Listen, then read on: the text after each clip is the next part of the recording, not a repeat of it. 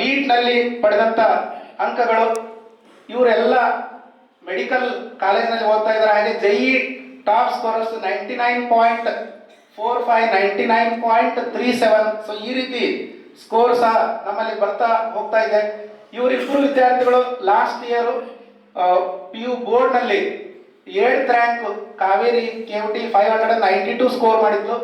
ಹಾಗೆ ಆಯುಷ್ ಜೋಗಳೇಕರ್ 591 ಸ್ಕೋರ್ ಮಾಡಿ 9th rank ಪಡೆದುಕೊಂಡ. ಅವರಿಬ್ಬರಿಗೂ ನಿನ್ನೆ DDPU ಆಫೀಸ್ ನಿಂದ ಟೀಚರ್ಸ್ ಡೇ ಸೆಲೆಬ್ರೇಷನ್ ಆಯಿತು. ಅಲ್ಲಿ ಸಹ ಅವ್ರನ್ನ ಸನ್ಮಾನ ಮಾಡಿದ್ರು. ಅವ್ರು ಇವತ್ತು ಒಬ್ಳು ಬೆಳಗಾಂ ಮೆಡಿಕಲ್ ಸೀಟನ್ನು ತಗೊಂಡಿದ್ದಾಳೆ. ಅವನು RV ಕಾಲೇಜ್ನಲ್ಲಿ PES ಕಾಲೇಜ್ನಲ್ಲಿ ಕಂಪ್ಯೂಟರ್ ಸೈನ್ಸ್ ಅನ್ನ ಕಲಿತಾ ಇದ್ದಾರೆ.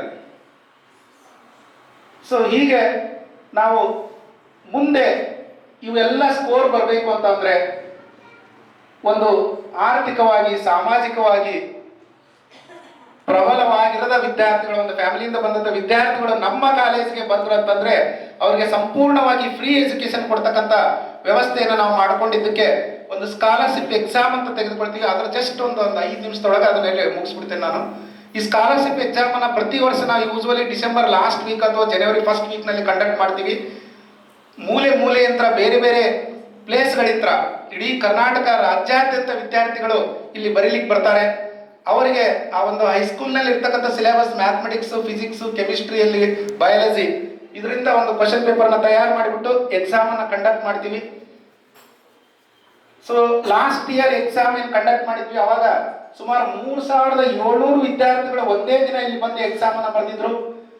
ಸೊ ಇದು ಒಂದು ಬಿಗ್ ನಂಬರ್. ಇದು ಟೋಟಲ್ 1,22,65,000 ಈ ಒಂದು ಅಮೌಂಟ್ ಅನ್ನ ಸ್ಕಾಲರ್ಶಿಪ್ ಆಗಿ ನಮ್ಮ ಅಂಚಿನ ಮನೆ ಇನ್ಸ್ಟಿಟ್ಯೂಟ್ ಅವರು ಪ್ರತಿಭಾನ್ವಿತ ವಿದ್ಯಾರ್ಥಿಗಳಿಗೆ ಈ ವರ್ಷ 2025 ಕೊಡಲಾಗಿದೆ. ಸೊ ಇದರಿಂದ ಸುಮಾರು 213 ವಿದ್ಯಾರ್ಥಿಗಳು ಬೆನಿಫಿಸಿಯರಿ ಆಗಿದ್ದಾರೆ. ಅಷ್ಟು